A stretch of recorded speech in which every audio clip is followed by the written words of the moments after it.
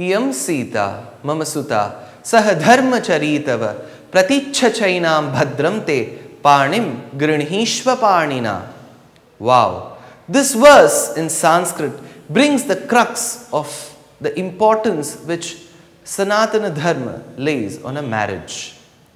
Janak walked towards the altar where the fire was kept.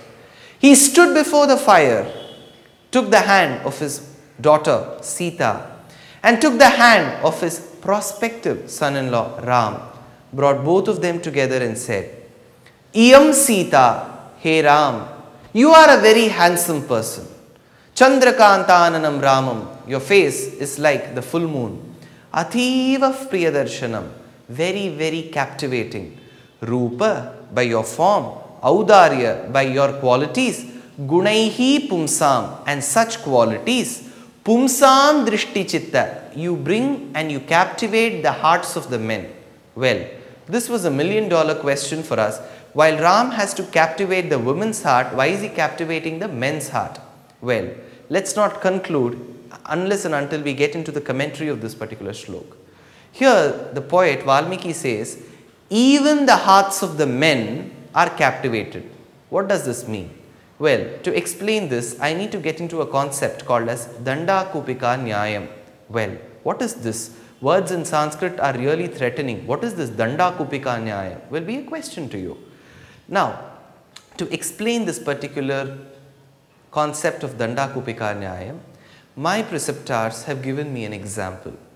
It seems in their village there lived a person. He had a son and he got his son married at the right time to another girl. Well, a few days after the marriage, it was the day of Ekadashi. A lot of them keep fasting on the day of Ekadashi. But the concept of fasting itself is not very fixed. People may not eat anything. People may eat something. People may eat a lot. All of it may come still under the category of fasting. Now, this person wanted to fast, but he didn't want to fast with a normal diet. He wanted to fast with a pack full of vadas. So, he called his daughter-in-law and said, like how Janaki, Maithili, Sita was to Dasharath, so you're so special to me, my daughter-in-law. Who would not be impressed by such a beautiful comparison? She asked, my dear father, what do you want? He said, I need vadas. So she went all the way to the mortar, took grains of the cereals and started grinding them and making a batter out of them. She got the batter done, laid a huge kadai, a huge vessel of hot oil, and she started dropping piece by piece of vada batter into it for the vada to get fried. She made 85 large vadas. Now, the person, the father-in-law, was given all the 85. He ate 40 of them and left the 45 out. He packed the 45 vadas in a piece of cloth, tied them up well to a little nail that was hit upon a huge stick. A stick in Sanskrit is called as dandam. On the dandam was a nail. He hung this particular cloth with the rest of the 45 vadas on it. And since the 45 vadas have gone inside, with basic biological science, he had to sleep for some time. That was all he could get. So he left the dandam, that is the stick lying by his side, with the cloth and the vadas and slept. After 2 hours, he woke up to a surprise. He shouted, the stick is missing! The stick is missing! Now, the daughter-in-law was not so shrewd as her father-in-law. She came out and said, dear father, now that you are shouting that the stick has gone, where are the vadas? Will this be the right question for her to ask? The vadas were in the cloth and the cloth was tied to the stick. If the stick was missing, even the vadas should have gone. Likewise, if men themselves are captivated by the beauty of Ram, should there be a question about women being impressed about the beauty of Ram? There shouldn't be a question. So this concept of self-implication is called as Danda Kupika Nyayam. So while Janak meant Pumsam Drishti Chitta Apaharinam, men are also captivated by your valor and beauty, he did not overlook the women. he said, if women are themselves captivated by it,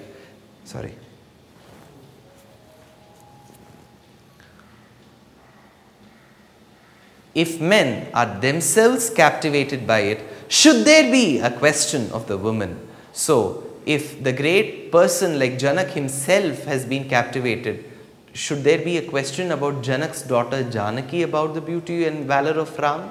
So he said, Ram, you are extremely valorous, courageous. You come from an extremely good background. You are really great.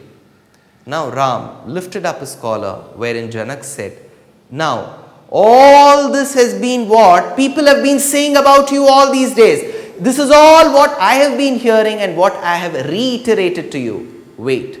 Don't lift up your collar and feel that you are the best in the world until and unless you will have a look at my daughter. Iyam Sita. Look at my daughter. Now Ram looked at Sita. She was good too. Because there is a beautiful verse which explains the equanimity between Ram and Sita. Tulya Shila Vayovrittam Tulya Abhijana Lakshanam Raghavor Hati Vaidehim Tanchayam Asitekshana. Hanuman, who goes as a messenger for Ram in the 5th Kand called as Sundar Kand, has never had a glimpse of Sita. Yet, he has to go and convey the message of Ram to Sita. While he sits from the top of the tree and looks down, he spots Sita. Now, looking at Sita and for having seen Ram, he brings out a beautiful comparison between the both of them. Tulya Shila Vayovrittam. Tulyam means equal or equivalent. So, Ram was equivalent to Sita and Sita was equivalent to Ram in certain aspects. What were those aspects? Vayo, the age, Vrittam, their character, Tulya, Abhijana, the familial background, Lakshanam, the beautiful attributes that were to be found in their body, according to Samudrika Lakshan Shastra. Raghavor Hati Vaidehim. To that Raghav is this Sita, to this Sita is that Raghav.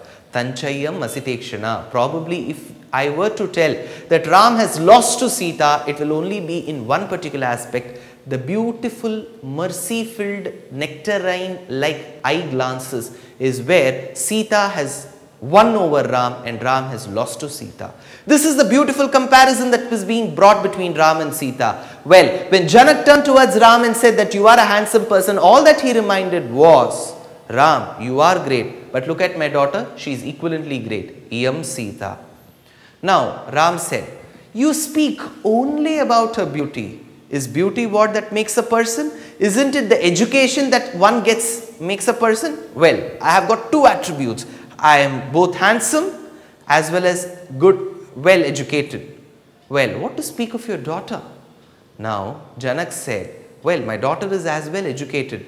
But I wouldn't bring the question of how educated my daughter is, because to an object that does not have value, the person who is selling it, the salesman, has to speak a lot. To an object that has got great value, the salesman doesn't have to do a great job. To sell a tiffin box that is made out of plastic and has been used for 5 years, and I need to sell it out in the market, I need to give a half-an-hour lecture for the person to get impressed and to buy with. Whereas if I have to sell a single piece of diamond, probably the Kohinoor, I don't have to give a lecture.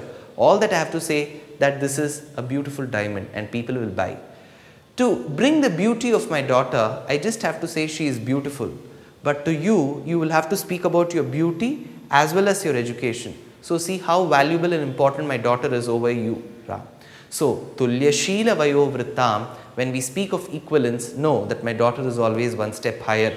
Iyam Sita Mama Suta. Why does he say my daughter?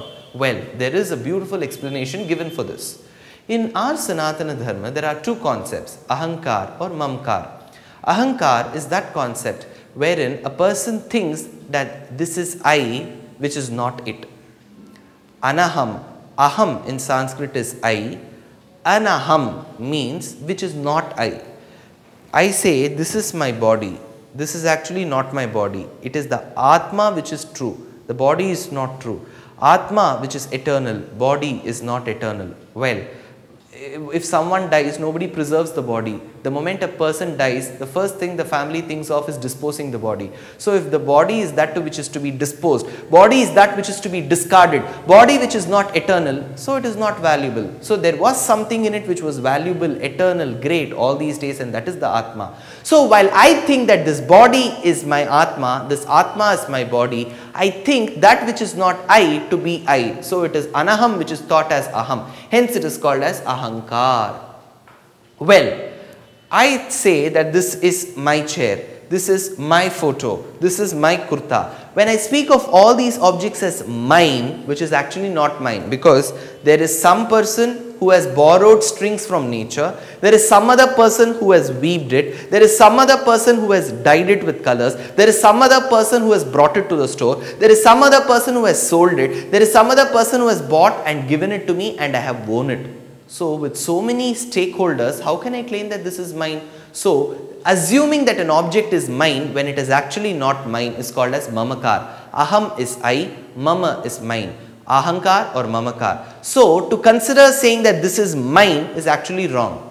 But just imagine that my child is coming along with me in the road, somebody takes my child and I say that I should not say he is my child. Because somebody in the Ramayana video has said that I should never say the word mine. I can never say this is not my child, if you want you can take. I can never say that. All that is implied is a person should not get complete attachment to the mundane and the materialistic things is what is implied by Mamkar. Now Janak was a great king. Kings were people who lived in opulence and riches. But what is special about Janak is he was a king but lived the life of a hermetic. Sorry hermetic नहीं है. दोबारा वो sentence को record करता हूँ.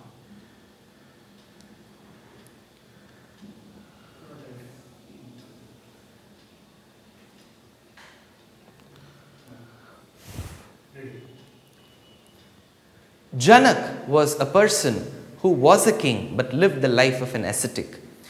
While he was engaged in listening to the Vedantic lectures from his guru called as Yajnavalkya, there were other people besides Janak who were also listening to the lectures.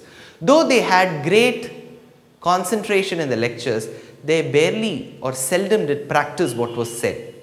The teacher would always focus on Janak and would focus less on the other students. The students felt that the teacher was being very partial. So they went to the teacher and said, "You are being very partial to this Janak. Why are you not showing the same kind of attention and concentration on us? We are also human beings. We are also your pupils. We are also your students. Being a rightful teacher, you need to be so unprejudiced and unbiased that you will need to show equal concentration on us." The teacher wanted to teach the other students the importance of Janak.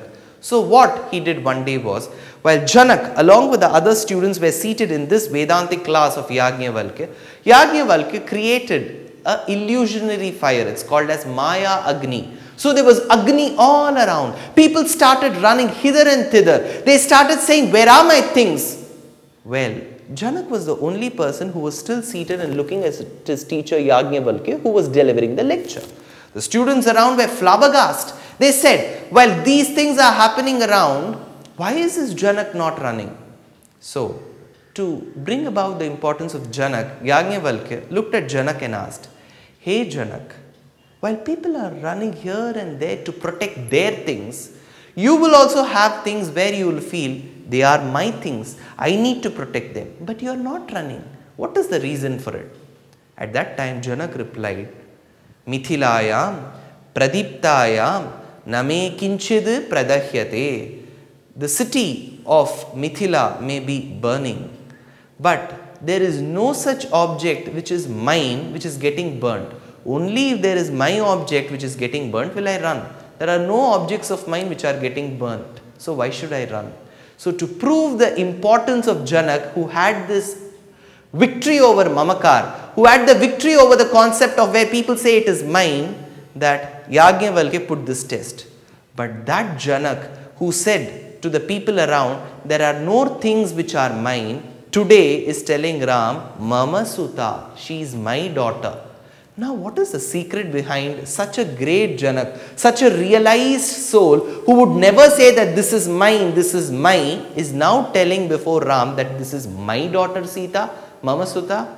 Well, to listen to the answer to this question, wait for the next episode. Thank you.